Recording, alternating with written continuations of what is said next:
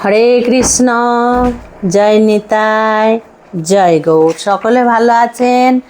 অবশ্যই ভালো থাকবেন, সুস্থ থাকবেন, প্রত্যেকটা ভিডিও দেখতে থাকবেন। সন্ধ্যে 6:30 থেকে রাত্রি 8:30 পর্যন্ত আমার ফোন খোলা। যারা দীক্ষা নিতে ইচ্ছুক তারা আমার সঙ্গে ফোনে যোগাযোগ করবেন।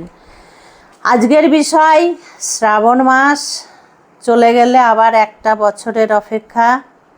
কারণ আমরা প্রত্যেকটা মাসে তো পারবো না, বা আমাদের সময়ও হয়ে উঠবে না এবং সম্ভবও নয়। শিব শব্দের অর্থ কী, শিব মানে কি, আমরা শিব মানে কি আজকে একটু জানার চেষ্টা করি। এবং ভোলেনাথের সম্বন্ধে খুব ভালো ভালো কথা আছে, আমি বলছি আপনাদেরকে, আপনারা শ্রবণ করুন। শিব শব্দের অর্থ হলো মঙ্গল। মঙ্গলের প্রতীক হচ্ছে শিব। আর এই শিব শব্দের অর্থই হচ্ছে মঙ্গলময়, মঙ্গলই মঙ্গল। দেবাদিদেব মহাদেব।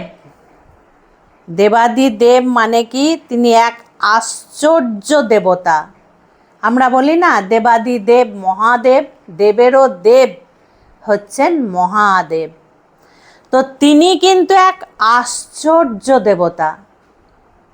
আমরা কিন্তু দেবতা মানে ভাবি মাথায় সোনার মুকুট, হাতে সোনার চূড়, গলায় 7 নলির হার এবং সুন্দর অলংকারে সেজে থাকা, তাই তো?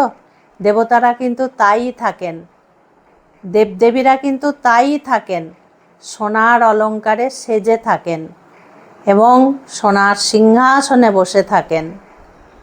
এবং যত রকমের মণিমুক্ত যা কিছু আছে সব কিছু কিন্তু দেবতাদের শরীরে থাকে।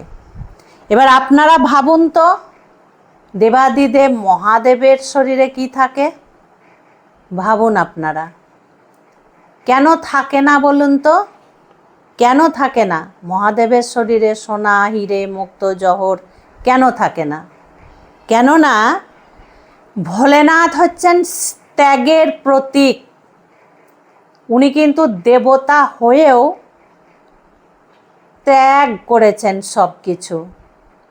দেবতা হয়েও সব কিছু কিন্তু ত্যাগ করেছেন। সন্ন্যাসীর জীবন যাপন করেন।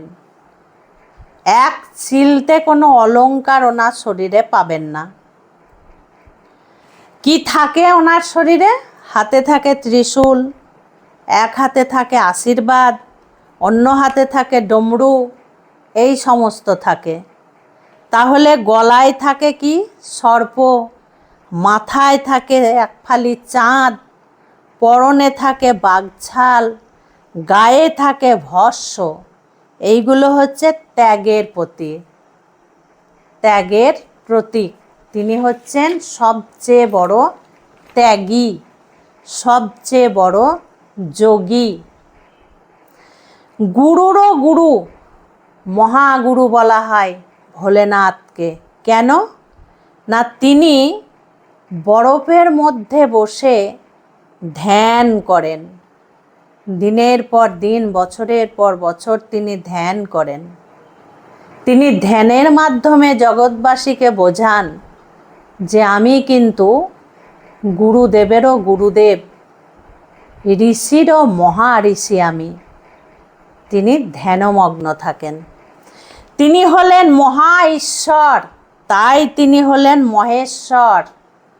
তিনি ঈশ্বর নন, মহা ঈশ্বর। তিনি আবার রূপবান, সবচেয়ে রূপবান। তিনি যখন ভস্ম মেখে পাহাড়ের চূড়ায় বসে থাকেন, তখন ওই সূর্যের ছটা লেগে মনে হয় চন্দ্রের ছটা লেগে একটা রূপোর প্রতিমা বসে আছে, একটা রূপোর মূর্তি বসে আছে, চকচক করে তখন। কিন্তু আসলে তিনি শরীরে এক চিলতেও রূপ মানে রূপোর কোনো জিনিস দেন না, তবু কিন্তু রূপোর একটা মূর্তির মতো দেখায়। আবার তিনি সবচেয়ে গুণবান। ওনার মতো গুণধারী কে আছে বলুন তো? কেন সবচেয়ে বড় গুণবান? না, তিনি যখন সমুদ্র মন্থন হয়েছিল, আপনারা সকলেই জানেন, যখন বিষ উঠেছিল, প্রথমে এই বিষের ঘোড়া উঠেছিল, সেই বিষের নাম ছিল হলাহল। তো সেই বিষ তিনি ধারণ করে কণ্ঠে রেখেছেন, তাই ওনার আর এক নাম হচ্ছে নীলকণ্ঠ। তো তাহলে উনি কি গুণময় নন? ওনার কত বড় গুণ একবার চিন্তা করুন। উনি বিষ ধারণ করে রেখে দিয়েছেন নিজের কণ্ঠে, যা কেউ ধারণ করতে পারেনি। আমাদের তো দেবদেবীর শেষ নেই। তবে একটা জিনিস আপনারা কখনো ভুলবেন না, ব্রহ্মা, বিষ্ণু, মহেশ এনারা আলাদা আলাদা না, ওনারা আদতেই এক। কাজের জন্য ওনাদের রূপগুলো আলাদা, ওনাদেরকে আলাদা করে দেখা যাবে না।